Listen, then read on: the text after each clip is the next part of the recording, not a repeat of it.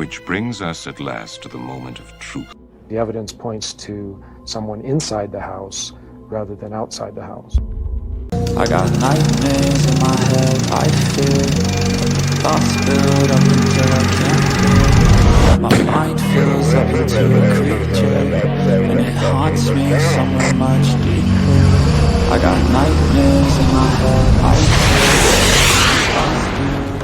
Hello and welcome to True Crime Rocket Science, the most authentic voice in true crime. Do you think you know all there is to know about the footprints, no footprints in the snow theory? The media said there were no footprints in the snow surrounding the house.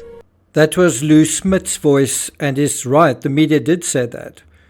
And all of this started 3 months after JonBenet's death, during that long, interminable period when the Ramseys refused to be interviewed separately by Boulder police. And they didn't seem to want to be in Boulder either.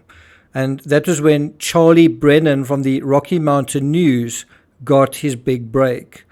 A law enforcement source called up a colleague, and this colleague then shared the tip with Brennan. To Brennan's credit, he followed it up.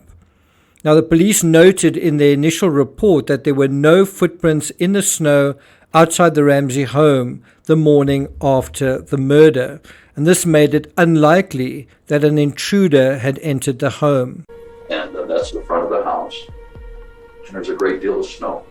Again, that's Detective Lou Smith's voice saying, and he's referring to two photos of the front of the house while the sun is shining, and is saying, wow, that's the front of the house and there's a great deal of snow. Again, he's acknowledging that there was snow present.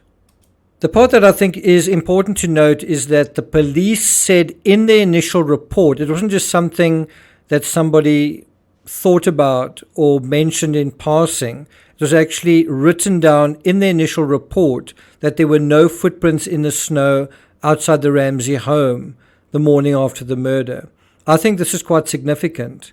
The fact that the police actually noticed and made note of this observation in a report, in an official report that was part of the investigation.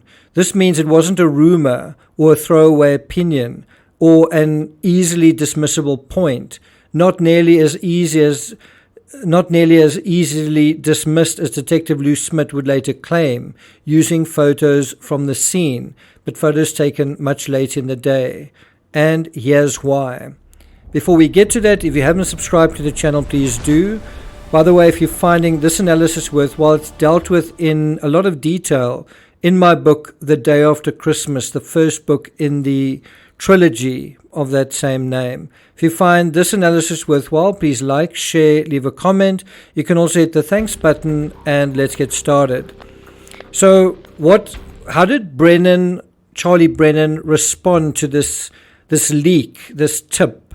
Well, he scribbled down some notes. He made a few calls, and then he hunkered down and he wrote a 4-page report. And this is an excerpt from that report. He wrote, "Police who went to JonBenet Ramsey's home the morning that she was reported missing found no footprints in the snow surrounding the house," sources said Monday. And so he's now quoting the police saying this. And so you would imagine that he possibly phoned the police to corroborate this. But then the other thing that he did was he called weather stations, I guess, and corroborated that as well. But this is one of the earliest details that caused investigators to focus their attention on the slain girl's family. That's according to police sources. It's interesting how the police investigation took the direction it took, not because of suspicions they had of the Ramseys, well, not necessarily, but from something that came entirely out of left field, so to speak, the conditions on the outside of the house. Now, although there was no significant storm just before police went to the house the morning after Christmas, it had snowed lightly several times from December 23rd to December 25th, according to weather records. That's another excerpt from Brennan's article. Now, when I wrote The Day After Christmas in November 2016, 20 long years had passed since the event. Although a few archived weather reports were and are still available, there's nothing like the present when it comes to weather data. In March 1997, all Brennan needed to do was walk down to the office of their own in-house weather reporter, speak to him, or look at weather data in 3-month-old newspapers. We know he not only consulted weather records, but that these confirmed what we have known all along, that it did snow on Christmas night after all. Brennan's scoop was as close to a smoking gun as anything publicly known at the time. Until that point, a broken basement window on the south side of their home meant an intruder could have gotten into the house and killed John and Patsy Ramsey's daughter. But now a lack of footprints in the snow indicated otherwise. Now you might say, what about Lou Smith pointing out that there was no snow on the one side of the house?